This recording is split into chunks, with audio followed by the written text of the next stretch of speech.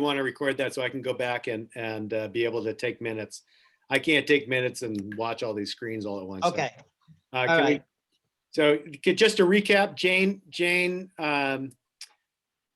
you made a motion. Jane moved. I move to accept the minutes of December 17th. Okay, and who seconded? I did, Raina. Raina, okay, and it was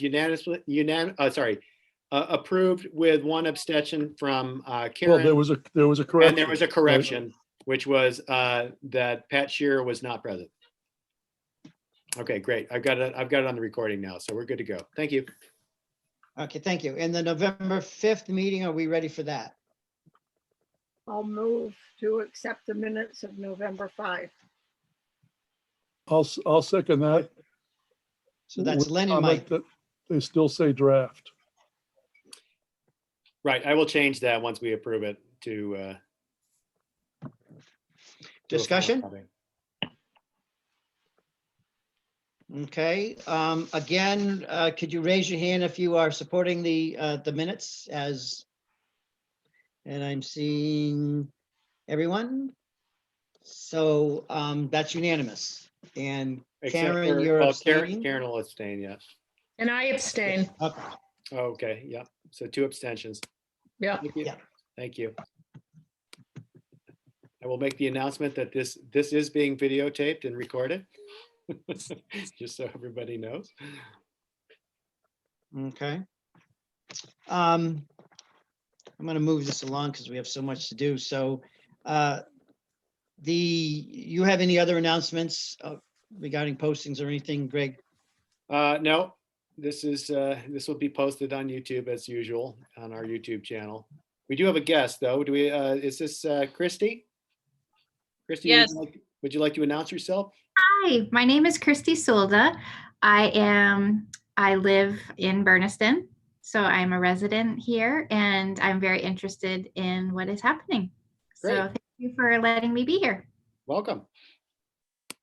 It is a Welcome. public meeting, so we technically can't keep you out. Bring your friends next time.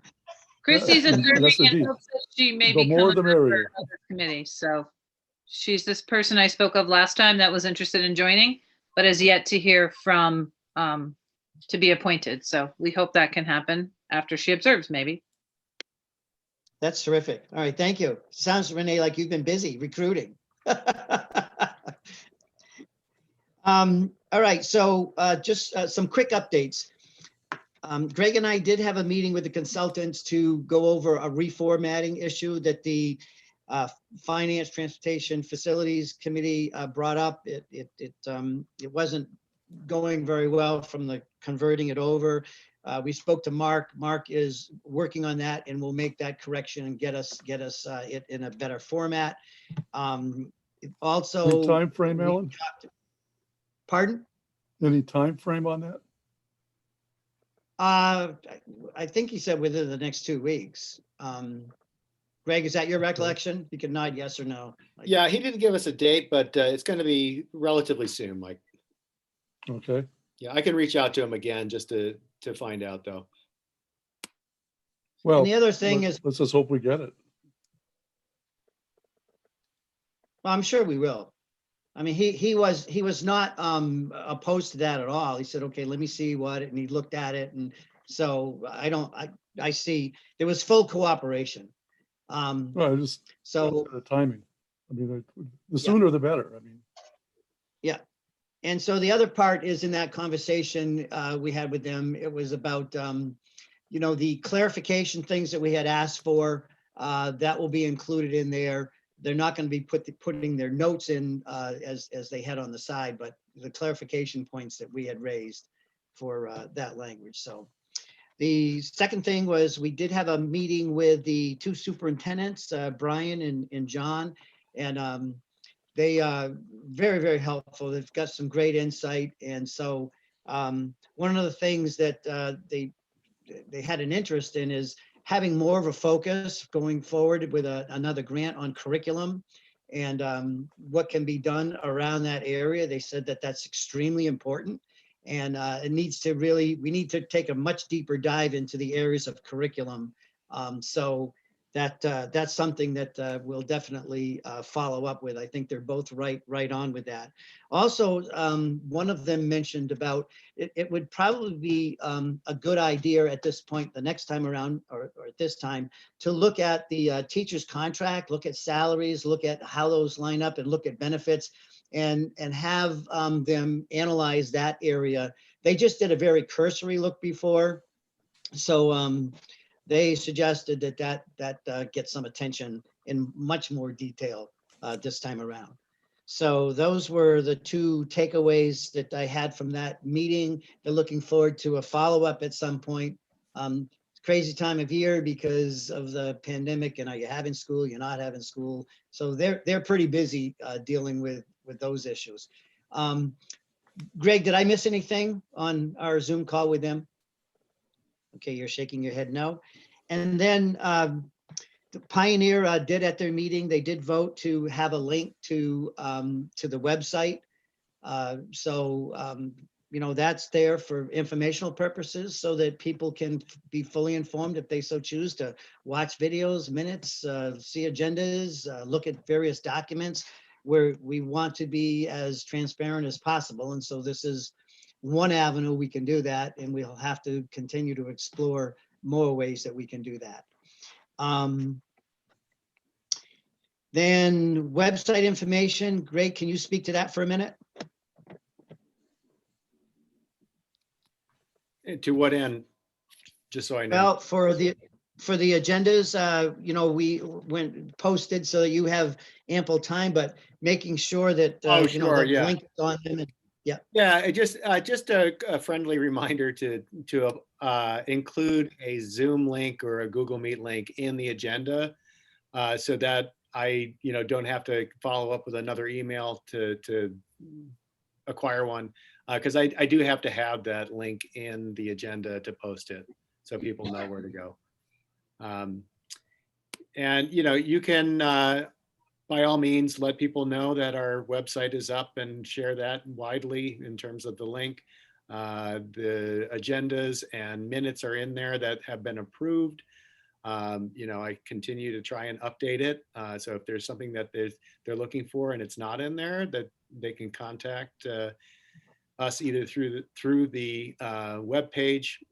There's a link in the About section with an email address that they can contact me through there, or you can even give them my email address as well. So either way, but most of the information is there, so it's publicly publicly accessible.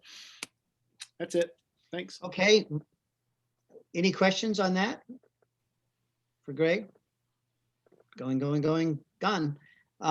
Next one is the education subcommittee. We're going to focus now on the subcommittees kind of reporting out, and the education subcommittee just came off of a meeting that they had prior to this. And so everything is unrehearsed. They did a wonderful presentation. I don't think they had much time because I was leaving. They were getting to the piece of what kinds of things that you can put in a grant. But I just want to say, when we open that up for discussion, that feel free to think about it from the education subcommittees, because you didn't get a chance to talk about, of what would you need that could reach out, get information, and help you in your work, because this is not your day job, and putting in many hours, you're going to get burnt out.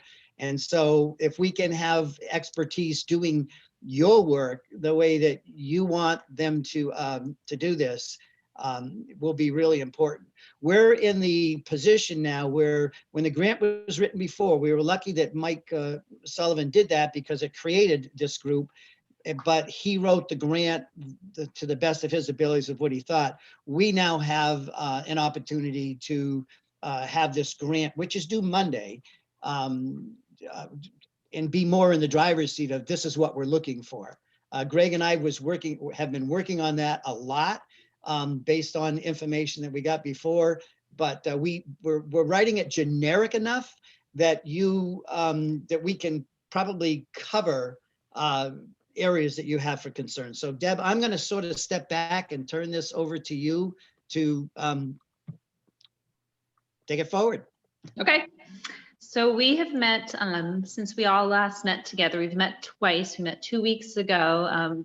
Unfortunately, it was only a tiny fraction of everybody who is normally on the ed committee. I think people struggled to get on, and some people just couldn't be there. So it was a small group of just Jen Eichhorn, myself, Raina, and Deb Loomer. But we were able to work, I think that was it, sort of a working group to work on this slideshow that I created, and Raina helped to make a little bit punchier, based upon the consultant's report. I really just wanted to have a way to share sort of our vision of what it might look like if you combine the two school districts.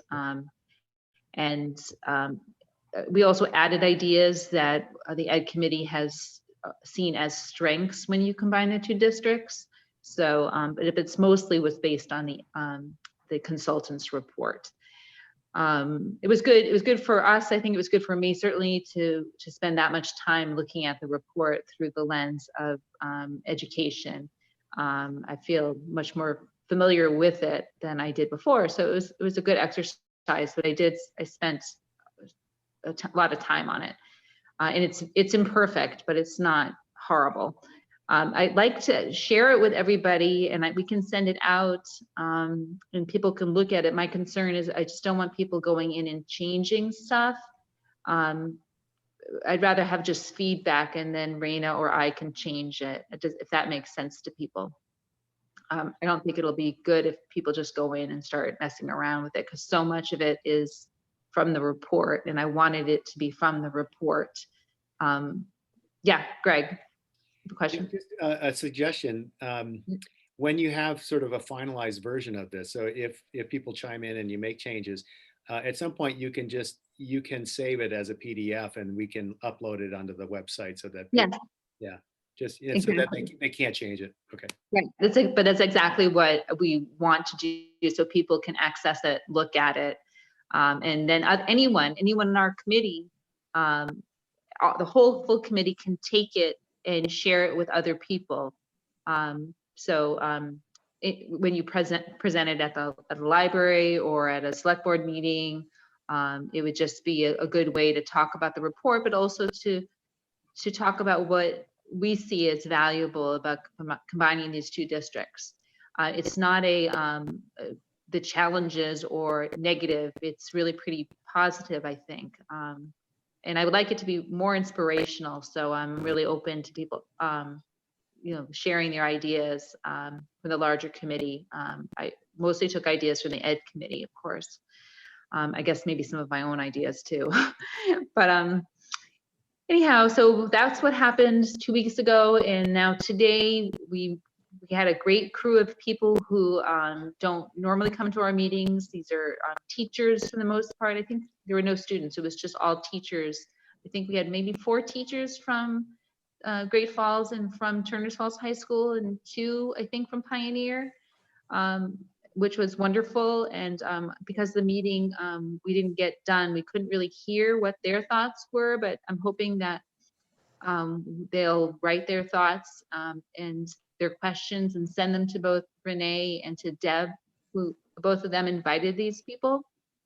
I know, I think probably some people had some strong feelings about the regionalization idea, but it felt like people were receptive, and it was nice to hear what was going on from other people besides the people that we've all heard from already. So that was wonderful. I wish we had had another half an hour to be able to hear their feedback and answer questions.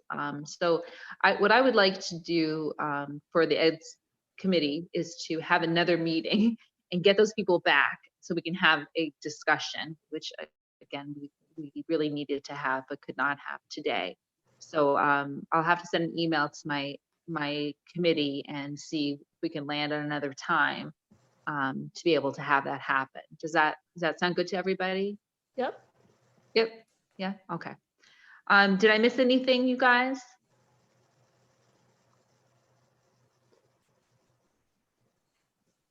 You did No? a great job presenting. Well, I'm grateful for Raina because I'm just working from my phone here. Where I am right now, I don't have a laptop. So I'm really glad to have my buddy, my friend to help me with all of this. Yeah, Thank I echo that. That was really well done. And I think one of the things that's nice when we finally figure out ways to get this information out in the community is that, we share that obviously with them. And then we open up that avenue of, what are your concerns? What do you think would work well? And I think, Deb, you plan on doing that, and that's your thought about, being able to get feedback. And because that can only strengthen things. When I've seen things, you hear people's concerns or what their ideas are, it ends up usually making the product even better. So Alan, I think it was That makes- interesting that the superintendents talked about the need for curriculum, because certainly I think that's one of the decisions on the Ed Committee that we'd have to make is how much is ours philosophical without the specifics of curriculum. So if someone said, well, are you going to have a Latin 4 class? That's really not for us to answer yet. So I assume that our slide presentation that you saw is more of an overview of what it could become. And in the meantime, a consultant's working on a more specific curriculum type of plan or whatever. Is that everybody? That's a really good point, Devin. I think what the consultants will do is, so they have that, this is what, they found. They would be going out and asking kids, or we'll figure out a mechanism to reach out, to ask teachers, to ask parents and kids and stuff that, Yeah. Is this something that you would want? Does this make sense? And so your point is right on. And we need to hear what people want, so that's passed on to the people that are thinking about what the curriculum will be. Yeah. Greg? Yeah, I just want to follow up with that is included in the grant proposal for this next grant that we're putting in for the application. That's a critical part, is to focus on the curriculum. So we put in for an entire sort of separate consultant to help the Ed subcommittee to do that kind of work. Thank you. Karen? Yes, and along with being reaching out to students and teachers and community, the consultant really needs to spend time with the curriculum coordinators from the 2 districts. Yes. Thank you. Deb, you have some any other things that? Raina has it. Ellen, yeah, I just had a question. So, Oh, there you are. to Okay. clarify,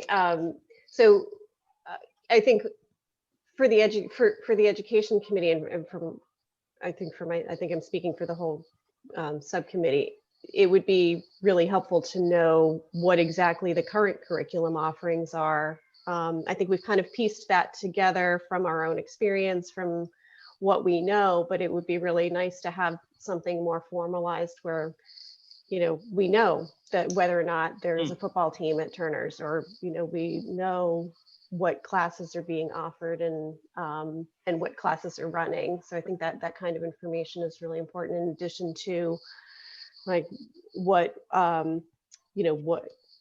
would the consultants also be doing a combined curriculum for a new school? I guess that was also a question of mine, is whether they were, when we're talking about curriculum, are we also talking about what exactly that program would look like?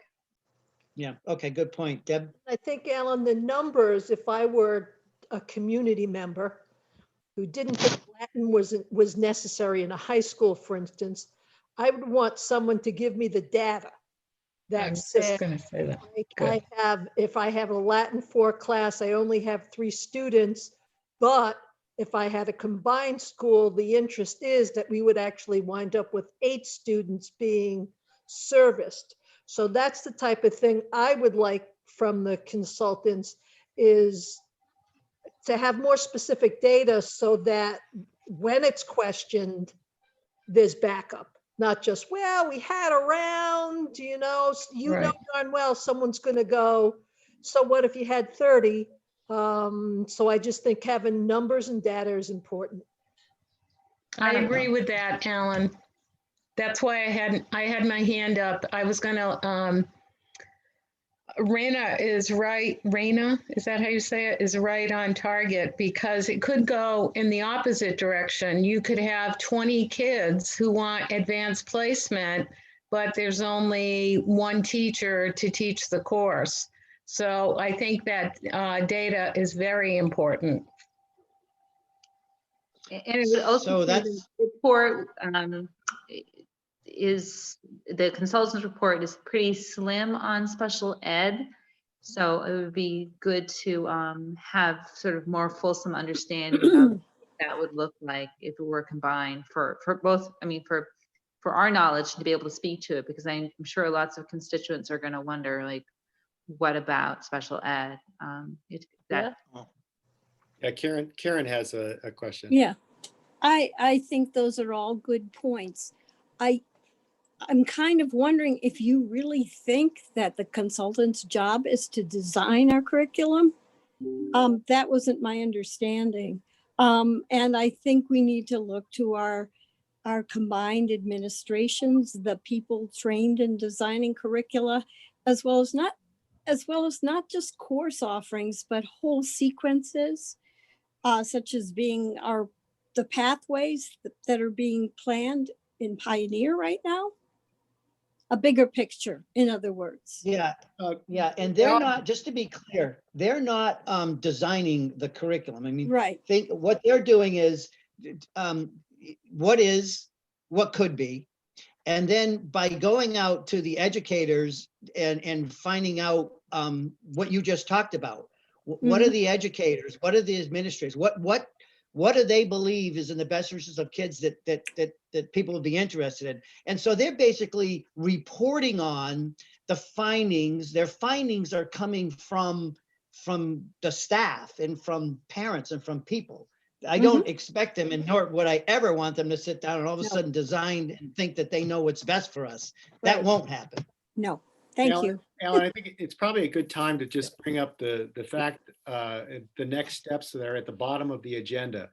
If you take a look at the next steps at the bottom of the agenda, just so that we're clear about what we're doing, that Alan and I approached the superintendents. The idea is to start from the top down. So Karen, I know you're new, so I'm gonna just fill you in a little bit with these next steps, that we're working our way down from superintendent to faculty. So some of the things that we're doing here, so things like the curriculum coordinator would be in on this sort of administrative level.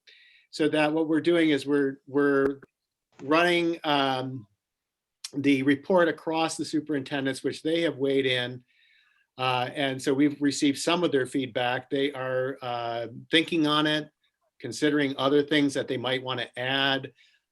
So they have the bullet points that from our meeting. And so they're going to be weighing in more on things that they think of.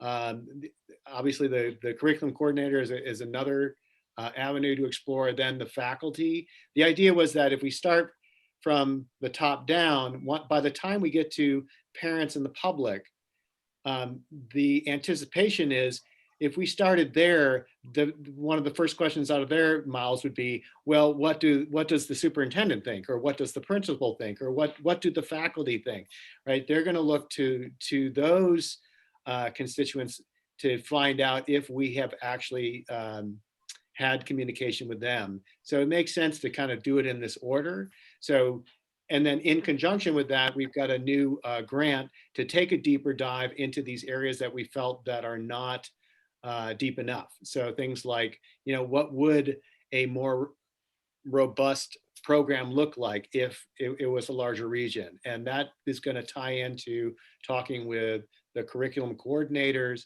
and getting their input. So all of that is sort of happening at once, but we're not ready to really move down to the lower levels of going to the public just yet, because we anticipate we've got to have all our, communication with those that are actually, doing the hard work, which is your, administration and faculty and staff. Does that make sense? Good. Yes. Okay. And could I please ask one more question? I haven't, because I've only been sworn in for a week. I have not read the full report, disclaimer. But a word keeps cropping up, and I wonder if you have like a committee sense of what your definition of that word is. And that word is robust. And it's around every time you talk about curriculum and goals, that is there.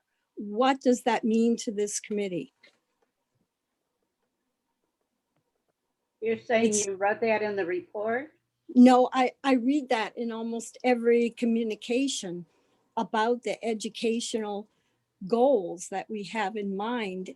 And I must have read it a dozen times in the past couple of days. Robust is one of your goals, robust curriculum. What does that mean to the committee? I mean, I can give you my answer, but Deb has her hand up, so I'll let Deb go. Mhm. Oh, yeah. You didn't put your hand up, Greg, you're out. I would say a more diverse, certainly curriculum. The more subjects that are offered gives a better, I don't know. I'd say it's also a diverse curriculum. Also a curriculum that allows for the lowest level and the highest level of student to achieve at and be challenged. I would also say something robust is something that's sustainable, something that will continue on and won't be depleted over time, and that will continue to grow. So I would say that is robust. Okay. And Mike has his hand up. Yeah, I'll chime in because the word robust is used often in the consultant's report to distinguish what they're calling program 2 as an academic program from program 1. And first of all, to answer your question, the committee has not discussed what that means as a committee. So I think you're hearing everybody's individual impression of that. Okay. Not to say we don't generally agree, but we have not discussed it.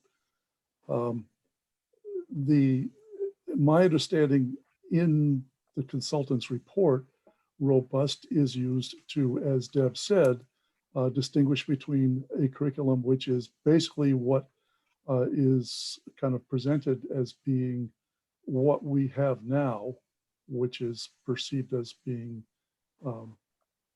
less than adequate in some ways because of lack of enrollment, and versus in a curriculum with more offerings, more types of offerings, and more more in depth in some areas. And robust was used generally. Robust is kind of the general term they use to describe that program too, which basically offers more. But in terms of what that, what it means beyond that, that's all it meant to me. okay, thank you. Yeah, I would just chime in that. And I would also add to Deb Pottee's point that as far as sustainability, I don't want to pass too quickly over that, because I think that is a whole question in itself as to what do we mean by sustainability, and does the consultant's report describe anything that is sustainable? Greg? No, I would just add that robustness to me is also has to be put into context with what these communities want. Because in the end, we don't necessarily have, it's a fluid sort of definition, meaning that we're still gathering information. I mean, just talking with Brian Beck at the superintendent's meeting, one of the sort of visions he has is to have a very sort of bilingual curriculum. That's an important part of Gil Montague when you have 17 to 18% of your population speak Spanish as a first language. So he, that to me would be something that would be considered a part of a robust program, because it's meeting the needs of the priorities of the community. So and the parents and the teachers, and so to me it's a fluid.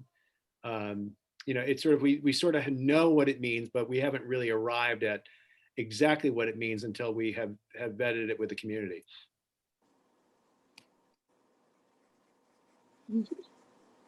Great question. Now we have definitions that we can all put together. I was going to offer mine, but I think we've Yeah, one we've and got a pretty good handle on we'll be pulling that forward. Bill? Yeah. I'd just like to insert the word restrictive in terms of curriculum and opportunities rather than inadequate or any other term that's used, that a robust curriculum would be less restricted at the very least because of numbers in particular, and secondarily perhaps budget. Thanks. That's a good way to look at that. Yeah. All right, Deb, did you have anything else that you wanted to say when you were wrapping things up? Okay. And is your intent to update the slides and then do something else with those at a follow-up meeting with a full board? What do you, after you get feedback and so forth? Yeah, I think that's a good question. Yes, I would like to be able to present it to you guys and get feedback too. So maybe at the next meeting I can do that. I can work on it a little bit. And I guess it depends on when we're meeting again. I was thinking it'd be good to get feedback from the constituents that we met with today. And if I'm able to get that quickly, I can add it in, and then I can share it with you just still as a draft to get feedback from all of you. It's not, again, it's not a personal, some of it's a little personal, I think, on a slideshow. There's some things that I put in there myself that I thought would be good, and I would like to have other people's ideas. I really see it as the slideshow as sort of aspirational and just as a starting off point, not obviously as a final slideshow, but it's just a starting off place to get people to start to think about combining the two districts. If that makes sense to everybody. So yeah, so maybe the next meeting we can share it. I can share it. Okay. Yeah, that'd be great. That'd be great. I'll tell you, you got a great start, that's for sure. And we'll see what your guests have for suggestions, and that'll be cool. Thank you. Nice job. And if I could jump in also, Alan. Yeah. That just to make the point that the slideshow it kind of summarizes the consultant's report, but it focuses because it's coming from the education subcommittee. We focused on the educational components and we didn't touch on really the financial piece. So if we want to have some kind of summary document, or there could be a counterpart from the finance subcommittee in some way that summarizes. We didn't talk about facilities or transportation. Right. It's really just the education. Yeah. And again, parts of it aren't fulsome because the consultant's report wasn't fulsome, like special ed was not fulsome. So some of it is in sort of vague terms. Well, this could eventually, yeah, good point. This could eventually be then put together into a one PowerPoint or something presentation where it's broken into three parts. There's the education part, there's the transportation piece, there's the financial piece, facilities. And so we might be in the process of building something or towards something. So I see Mike hands up, and Mike, you're going to be next anyways. So yes, I want to say something about what we're just talking about. Yep. And maybe David or Michelle or somebody can chime in here, because I think we need to be careful about the open meeting law. I know that when I was on the Montague Finance Committee, we produced a report for town meeting every year. And our practice had been for one person to write a draft and then send it around, have other people offer suggestions, corrections, additions, whatever, and all sort of done outside a meeting. When the latest version of the open meeting law went through, we were told that might not be allowed. And I actually had got some feedback from I think it was the Attorney General's office that basically said, no, that looks like deliberation if you're doing that outside of a posted public meeting. My understanding is that a committee can appoint one person either on the committee or not on the committee.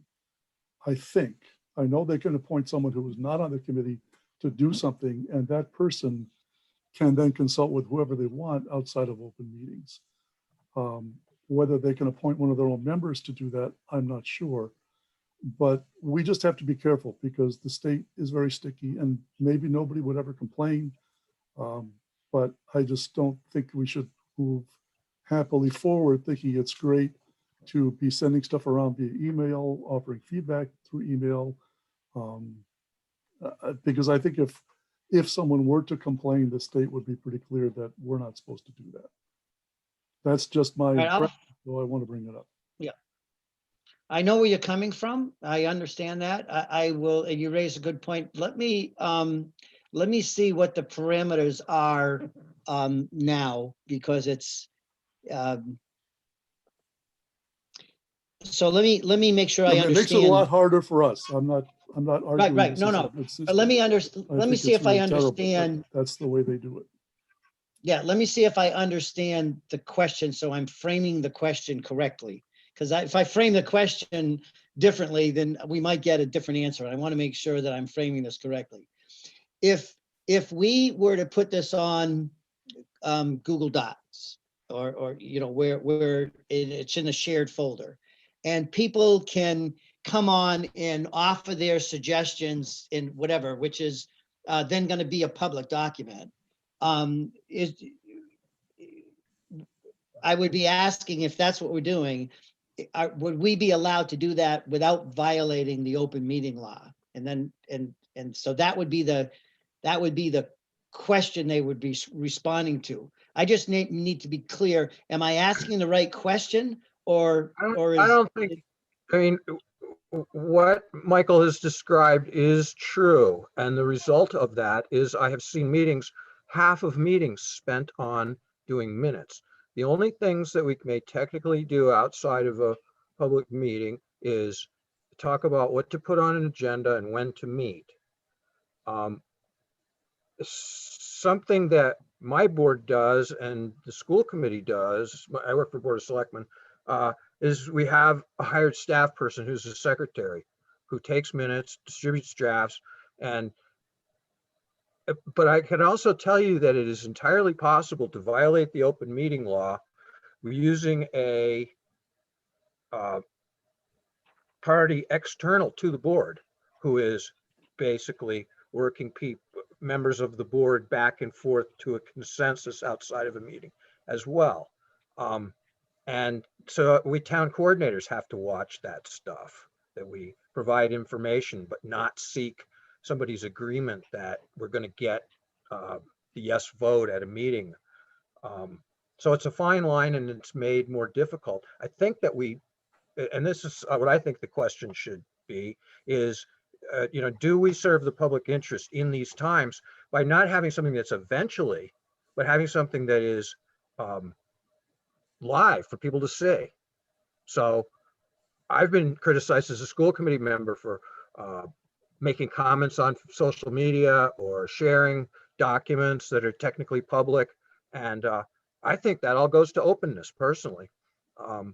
So that, I don't know, there's legal question whether the governor had even the right to do what he did to get us to have this Zoom meeting. And there's real strong consensus that it does not apply to town meeting. No way, no how. Can't have a Zoom town meeting so far. Good gracious. But I think we've got to find a way to practice work and the way that Yeah. business works, which circulating an email and such, sure works. Can our grant pay us to have a secretary? As long as they weren't on our planning board, it's possible. I don't know. I can ask. I'll lob that into Kinda the doubt ring it. then. That doesn't Yeah. help Deb in the next couple of weeks. Hey, Alan, I think I want to keep us moving along because I only have till 7:15, but I also think we should just play it safe. I think to Mike's point, if we're going to be adding to a PowerPoint, then we're going to need to do it just in a meeting like this, which we can dedicate time to, but until we hear otherwise. All right, I'll follow that up and let you know when I And find out. just to clarify, we could still share the document prior to the meeting so people would have a chance to review it, and Absolutely. then we just discuss their feedback in the You meeting. just can't react if you get something. Yeah, absolutely. So you'll put it up on the website, Greg, as a PDF. No one can change it, but they can review it and they can, Well, when Deb's ready, yeah. yeah, okay. Mike? Okay, well, we thought we were going to have met with Joanne Blyer about from Gil Montague about the transportation report, but that did not happen. We have a meeting planned for the beginning of February with her now to do that. We did meet last week and started out talking about things we'd like to get from a grant.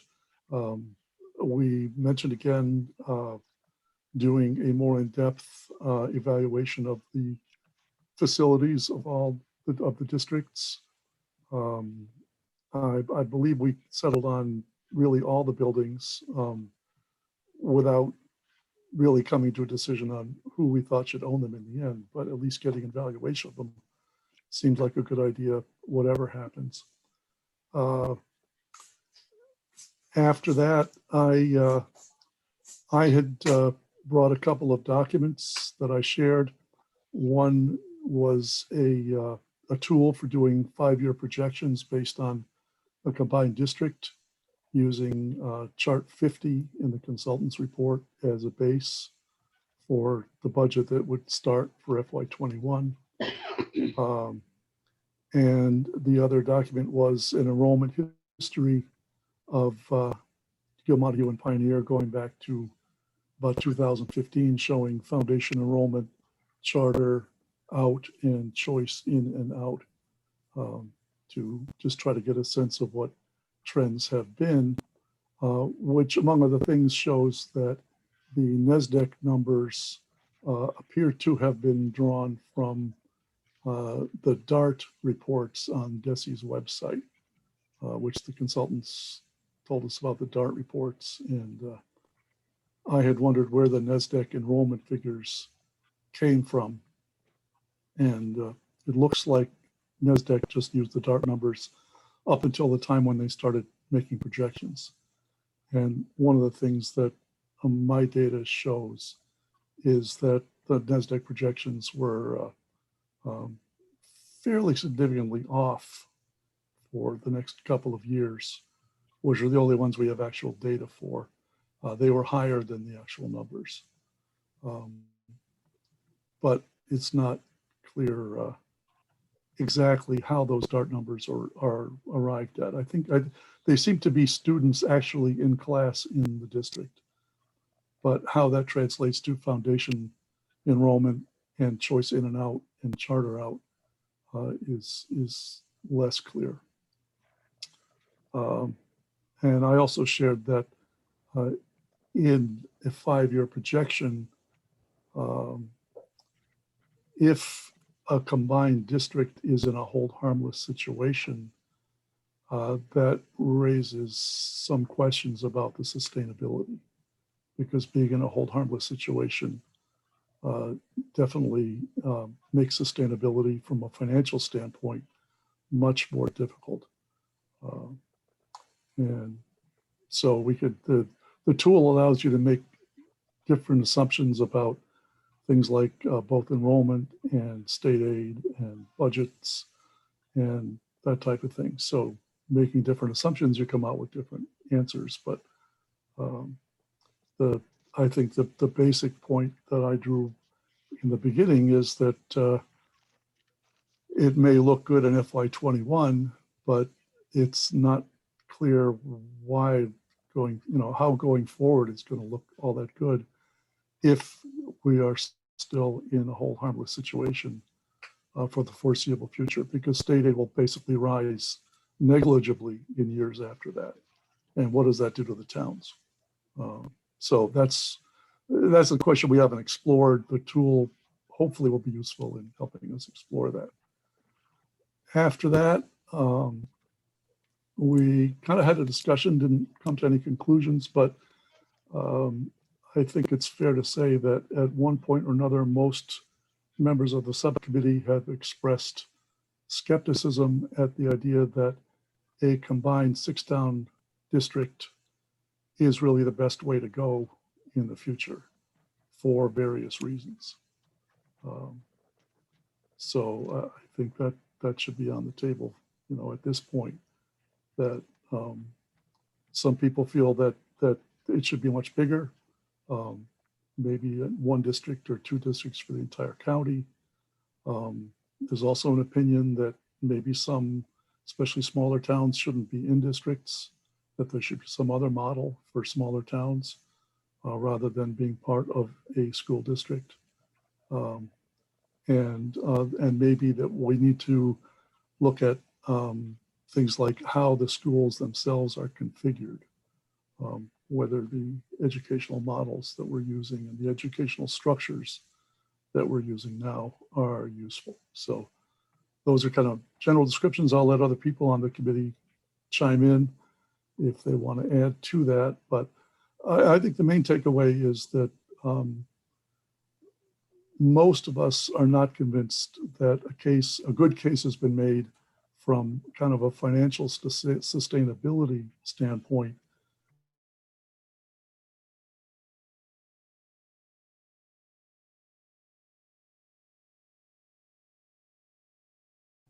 I'm not saying we think it's not, although some people feel more strongly than others, but that we do not clearly feel that it is.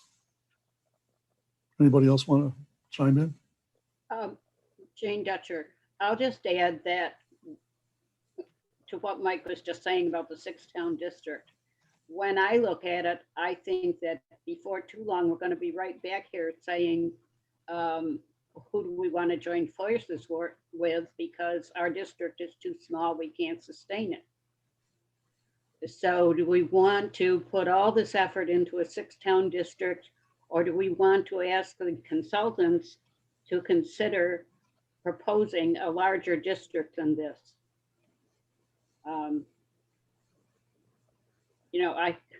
I can look around the country and see districts that are a heck of a lot larger than we are, that are as large as Franklin County or even larger than Franklin County. And they're educating their kids just fine. And maybe what we need is a grant so that we could fly off and visit a couple of those districts and actually see for ourselves how they work. A second. I'll go. At least give us the flexibility to consider that if we want. Exactly. Hey, Greg? yeah, we discussed this with the superintendents a little bit. And one thing that we do need to clarify with DESE is, if we were to regionalize into a 6-town region, what can DESE do or the state do to keep the larger district from falling into hold harmless? Another question that comes to mind too is after our select board meeting with the 2 select boards and 2 finance committees for Gill and Montague is, if I remember correctly, we may be falling back into hold harmless due to declining enrollment because of the pandemic. So I think, we'll know more coming in the next month or two. But that's a concern. But, if, and then how does that impact Gil Montague? If we fall back into hold harmless, does that mean, all that state aid goes away? My assumption is no, not all of it goes away, because some of that is based on Student Opportunity Act money that came in, but I don't know. So I don't know what the, Well, are you talking, I mean, the state aid that they received shouldn't go away. What, I think the question would be, what does the annual increase look like? right.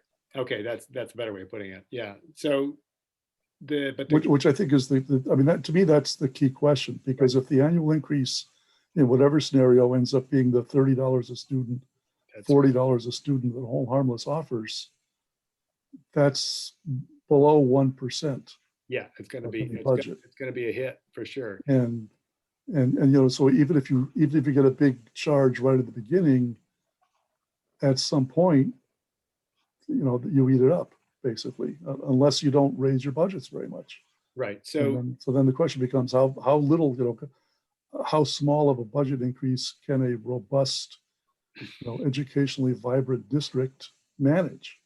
Right. So one of the things that just to consider, and in terms of the bigger picture here, which is, so we talking with the consultants, we came up with the idea of having a sit down with the higher ups of DESE and our senators and representatives to discuss this very thing, which is, if we're going to form a larger region and wind up being penalized financially for it, what's the incentive for the towns to actually do this?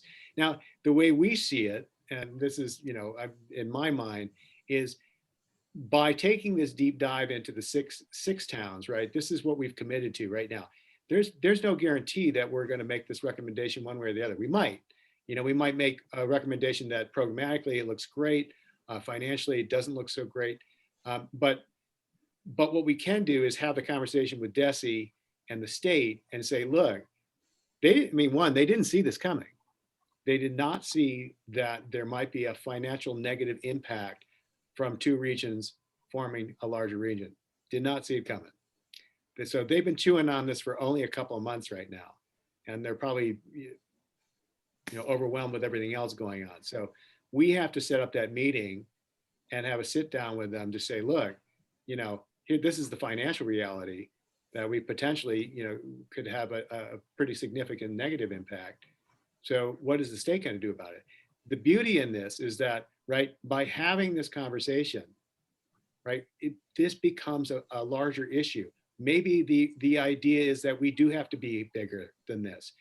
But regardless, it puts us on the map with the state to say, you can't just keep saying regionalization is necessarily the answer. It depends on what kind of regionalization, depends on how big, it depends on what the state is going to do to possibly rejigger the formula so that it creates an incentive to regionalize.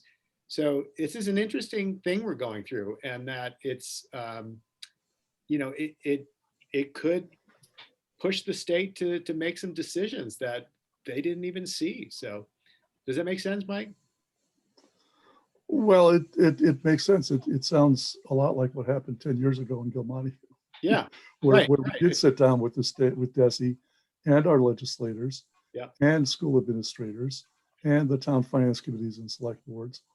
And we talked through all this stuff, and the state was very friendly and helpful and refused to sign our compact in the end and went away. And that's when we learned then that guaranteeing 3% increase in Chapter 78 overall did not help Gil Montague, which was in a hold harmless situation. And whether they knew that before we realized it is an open question. I like to think that they're smart enough to have seen it coming and just didn't want to say anything, or maybe didn't focus on it. Well, this is a little bit different context now, though. having a conversation with the state state officials, I mean, we talk about the state is a big thing.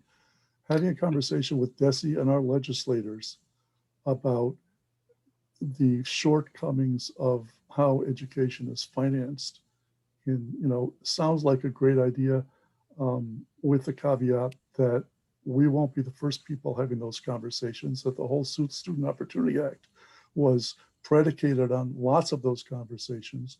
It was an attempt to solve many of the problems that were identified. There was that whole foundation budget commission a few years ago that looked into this and came up with a bunch of recommendations. And I think the bottom line is clear in many ways. The state either needs to come up with more money or it needs to redistribute the money that it's expecting from localities. And Greg, this gets into our whole 82.5% cap thing, I where understand. that would free up $1 billion for most towns in our districts, with the possible exception of Leiden. But I think even Leiden is included in that, by simply changing how the foundation formula budget works. I don't think, personally, I don't think a bigger region is the answer if it's true that we're facing decline of population all over the region. Because if you have one region that has a declining population and that's the cause of its problem, and you join a second region to form a bigger region, but that second region also has a declining population, guess what? You've got a bigger region with a declining population. So if the problem is declining population, you got to solve that problem.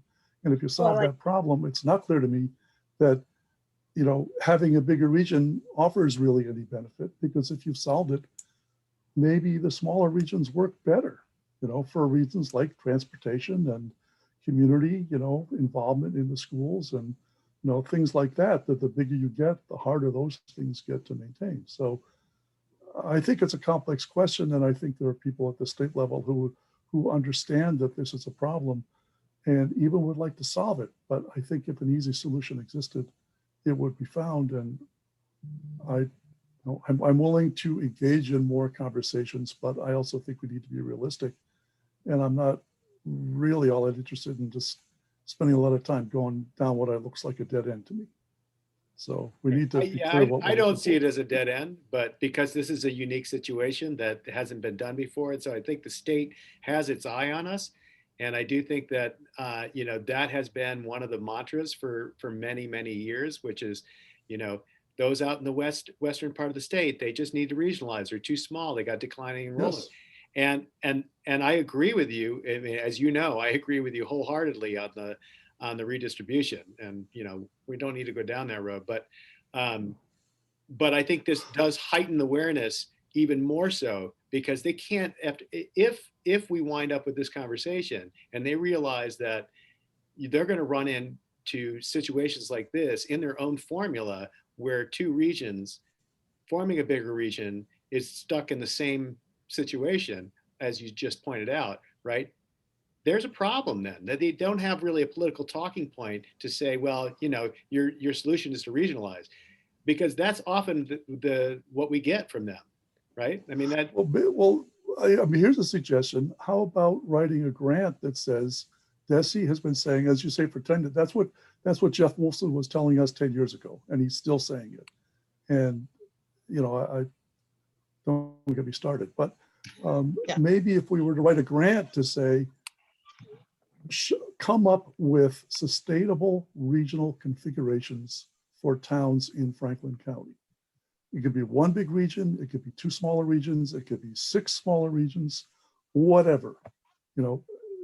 Offer 1, 2, 3 possible alternatives for how this can work, but show us how the financing is going to work, show us the budgets, show us rough curricula for what the kids would be offered, show us how the transportation would work, show us something that actually works. Yeah, and I would agree with So you. let me just jump Can I just jump in here? Because we're gonna end up Yeah. going back and forth. So maybe there's a grant out there. This is not the one, but maybe there's a grant out there that can look at this. Mike, here's how I look at this. This is basically a case study. And we're sort of on the cutting edge of this case study. And I would like Well, to a case see study of that what, Alan? when all the numbers are projected, it's a case study of what happens when two regions come together, both educationally and financially. And so looking at the financial piece, if we play out the, how would it impact the minimum contributions, the contributions for the town, the Chapter 70 funding, and you play that out and you say, okay, when we looked at this, there are two communities, or I'm making this up now, but it's a case study. So you say there's two communities that are actually hurt by this. How would you mitigate this? If this is something you're looking at, then you're going to have to be looking at how you're going to mitigate this each time perhaps someone looks at doing this larger, or even if it ended up being Franklin County, whatever that is, they see that, okay, there has to be some mitigation. And the state isn't always good at coming up with their own solutions, but I find if you point them in the direction and you give them some things to chew on, then it helps to get them to thinking more about it. So if it showed that, if you mitigated this through these two communities over 3 years or whatever, what could you do to the Chapter 70 formula that would, so there's not a whack at the end of the tunnel? What could you do that could then sustain this for the districts that were willing to do that? So I'm hoping that part of this would play out that, and then perhaps we'd have something really concrete to say, this is exactly how it's having a negative impact on the district, and how the Chapter 70 formula as is not going to support these initiatives that you're coming up with. So now we have something to point to and say, so unless you're going to fix this and you're serious about it, you can use this as an example. And then so that's I just one way of don't looking. think we're all, I just don't think we're all that unique, Alan. I mean, I hear what you're saying, but so we're a 2-town district and a 4-town district talking about creating a 6-town district. Look at Mohawk. How many towns does Mohawk have? Are they in good shape? No, they're not. Why? Because they have a declining population. Well, to me, why is because the problem they is built not too a many unique problem. schools. Mike, the why is they built too many schools. We got 5 minutes left. Let me go to Jane. Well, that's what I was going to say. I thought we had a hard cutoff here, spending an awful lot of time on spinning our wheels, because that is what we're doing. And we should be talking about what we want to put in this grant. Thank you. Do you have any suggestions to start? Well, the two lists that we got, I thought a lot of the list items for grants, which I think came from the consultants, I thought the beginning of that list was premature, that you don't need to dive that deep into those things until you know you're going to combine. Maybe I'm wrong, but that was my take on that. I agree with you, Jane. 1 through 7, I said, should be done after determination. Projecting the assets for the town 5 years out, I like that. Student enrollment projections, I like that. On the other list, my question was on updating the consultant, under consultants report, updating for the FY22 preliminary numbers. Can we do that, Mike, with the spreadsheets that you developed? We can do that. Well, we can do it with the, well, if we're talking about a combined district, No, it's I'm just not says sure we- update the report with the preliminary FY22 numbers.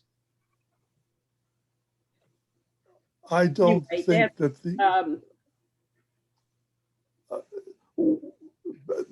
the tool that I produced does not do that, because it doesn't tie directly to the FY21 budgets from Gil Montague and Pioneer. All right, then we can't. And if the consultants wanted to produce a tool that does tie directly to those budgets and then builds in their assumptions for what would change in a combined district, then that might be helpful. I'm not sure I trust the consultants we used to actually build that tool effectively, but that's Now, another Deb? question. Uh, Totally off the financial, going back to educational, but something in a grant is, does it cost money to do a Survey Monkey? And the only reason I say. I don't think so, but I don't know. Anyone know I the don't, answer to I don't that? think, I don't think so, Deb. I think you can set one up and send Okay, it out. you know. that was, I just didn't know if there was a cost to it, because if sometime we're trying to get opinion, yada, yada, yada, yada, it would be much better done through a Survey Monkey type thing than anything else. And I didn't know if that cost money, and I would say, put that in. Okay. All right, we are coming up to, it's 1:15. What you can do, well, Greg, we got a couple more minutes, or Yeah, I'm okay for now. I mean, I've got to Okay. teach, I have to teach at 7:30, so. You already started the grant, so what do you have in it? Why don't we took. so far, Go ahead. go ahead. We took the kitchen sink so far because it on all of the lists and put that together, and then right now have it vague enough that we could do, for example, Mike suggesting, kind of honing that in.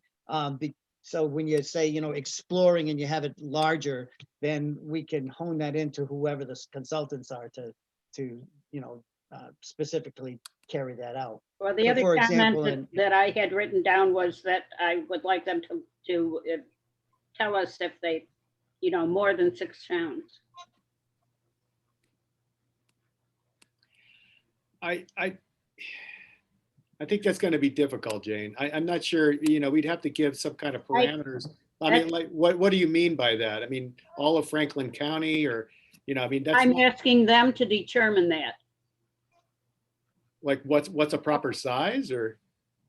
Well, so that does go to the question, when ed reform happened in 92 or 3, the economy of scale, the minimum size of a district was 2,500. What do they think it is now? And it does occur to me that the consultants could be asked to investigate or expose any competing models to this constant larger regions. Because the real underlying part of the larger region is, I think, the vulnerability of the countywide idea is the potential transportation cost. If you could have a magnet school in the northeast corner of the county and have a kid, as possibly as far away as he could get, who wants to go there, and you got to bus them. So another thing I would want to look at is the place that blended learning and online instruction has in a future. And so that we're not just looking back and looking at this DESI model, but also thinking about modern ways to do stuff. Because I think that the wider district in 6 towns makes a lot of sense with respect to interoperating. It's the only way that classes could be on site at one school and 3 kids at another school participating via teleconference, video teleconference quality. So that's something I would look at in part as a preparation for what comes next after this pandemic. I agree I don't with think we Mike. should bet it off. I also think that I'm not saying to close any schools. I'm saying we need one superstructure, one superintendency, one payroll clerk department, whatever you want to call it, one for the whole county. We don't all need to have each of these things. That's my soapbox. Well, we can ask the consultants to look at, what is a proper, or an economies of scale that works, right? Is that what you're looking for? I mean, a size. I mean, the difficult part to be thinking about like expanding out to, Franklin County, which I'm open to anything, but I think one of the logistics of this is that, I mean, we have an 18-member board here. Can you imagine? We would have to form a planning board that would just be gigantic. Because remember, it's not just about what we think is the proper size, it's about the political ramifications that everybody has their own little fiefdom. And the state has set it up in a way that we have to form a planning board with absolutely every town that would be considered to make a larger district. So that's complicated. I'm not saying that we shouldn't.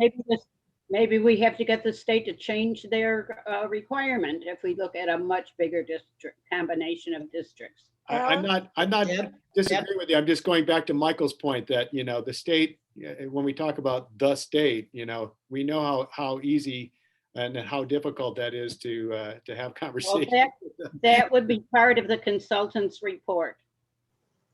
That would be a problem that would need to be addressed. Alan? Can you send that to me? Jane, can you get that thought on paper and just email me that, please? Which thought? Okay. The whole thing? That whole thing. Please do that. Mike, no, Deb? Alan, would it be possible when Gil Montague, when Turner's Falls High School was a 7 through 12? Yes. We decided to split into two separate schools, Great Falls and Turner's Falls.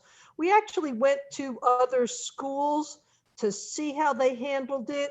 So would it be possible for the consultants to just see like-kind districts in the state that has, because that's where you get to talk to the people and you say, what's working for you, what's not working for you. And that's how we eventually turned out separating both of the schools, because we went to schools that we wanted to model. So if the consultants could find like districts that are combined with the same population and so forth, it might give us something to look at. Well, I would say this, Deb, they did do that in the first grant. So I'm just going to, clue you in. If you go back to the first grant, they did find like sizes, comparable districts to show how the finances would work. But I think to Jane's point, I think it's okay to ask them to say, look, we're thinking that this may not be the proper size. What is a district that is financially working and sustainable, and what is that size? And how is it operating? So we're looking at, what's the structure of research. it, all that stuff.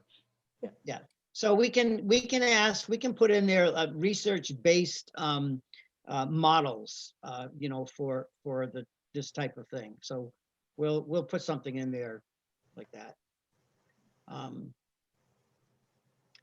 I hope we're not scaring Christy away. Maybe she'd like to contribute something. Your thoughts, Christy? I'm just taking it all in. I'm learning. It's great. Not intimidating you, I hope. No, you're not intimidating me at all. Well, some of what's going on, Christy, is that we see the potential for a combined district and the robust, the possibility of robust programs.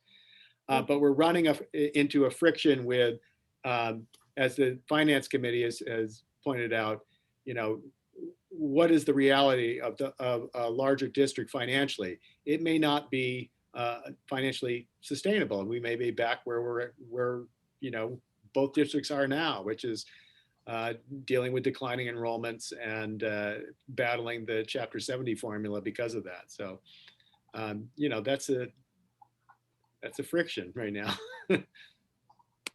So I would say anyone that had, any ideas, please get them to me right away. Send them to me. We were given a surprise 2 days ago. All indications were, it was like the second, it was going to be early March. And I think I put that out there. Come to find out that it's Monday, this coming Monday. So starting to put together, language and looking at previous grants. That's been going on. Joanne has agreed, because you have to have a district do it. So Mike has agreed, not Mike, Brian has agreed that Gil Montague will be the applicant for the grant. And then we'll get it out the door, and then we'll see, you know, where we are there. And I think that's it on that whole section. I did want to find out, you know, a meeting calendar to make sure before we went because this one time, you know, trying to do it at each meeting, if it made sense where we could say, okay, it's going to be the second Thursday or the first Thursday or the fourth or something, so we can put that in, and then the subcommittees would have something concrete to go around. So does someone have an idea of what day of the week and what week in a month to at least start off, and then we can refine it? So are you thinking once a month? I'm thinking right now, if we could have just agreed to a day once a month, we're gonna have to do more, but let's just try once a month right now, so we can get that as our structured calendar. And then we can work around that for subsequent meetings in between, and the subcommittees can have a better idea of, you know, when they can meet. When were we meeting before? It was on a Thursday, wasn't it? Today's Thursday. This is Thursday. It was Wednesday. All kinds of meetings. Was it, are you saying it was the first Thursday of the month? I'm having a hard time hearing. My internet's not good. I think we were meeting on Thursdays when Pioneer School Committee was not meeting, because you guys have your meetings on Thursday. That's right. And we are discussing at our next school committee meeting, was supposed to be the last one, of meeting twice a month, because our meetings are now going into 4 hours. Oh, wow. So it Uh, seems. Yeah, Thursday. No Thursday. Wednesday. How about that? When does It's okay with- you meet? What night? What night? did What happens if we Gilmore went the first Thursday of each month, the first or the fourth? How would that work? Because if No. Pioneer's the second, you might be the second and fourth, or what? I wouldn't want to guess, Alan, and I wouldn't want to have a meeting every Thursday night. Okay, Yeah, the FERCog meets on Thursdays too, and I'm part of that. So Thursdays are not good for me. okay. But I do have another question. Thursdays are great for me and Wednesdays are not good for me. Okay, that's right. You have Wednesday. Tuesday, Tuesday? Tuesday? Yeah, Tuesday work. Yeah, Tuesday's okay. Okay, was Tuesday, there- second Tuesday of the month? Is Second any- Tuesday of the month? Is anyone on Gil Montague's school committee? Bill, you're on it, right? Yeah, we are the second and fourth of every month. The Tuesday, right? Tuesday, Yep. Okay. So we would want to be the off, Okay. whatever. If you first or mind, third. Yeah. Bill First doesn't and mind doing third? it every Tuesday. First and third Tuesday, and we'll just build it. We don't have to meet on the third Tuesday, but at least meet on the first or third. I can't do it on the first. Okay, Tuesday. third. Okay, third Tuesday. Third Tuesday. And I Okay, encourage you to make a motion to adjourn. I have one move. more, wait a minute, Greg and Alan, I have one more question about the grant. Are we assuming we're going to go with the same consultants, or is there an opportunity to look for a different consultant?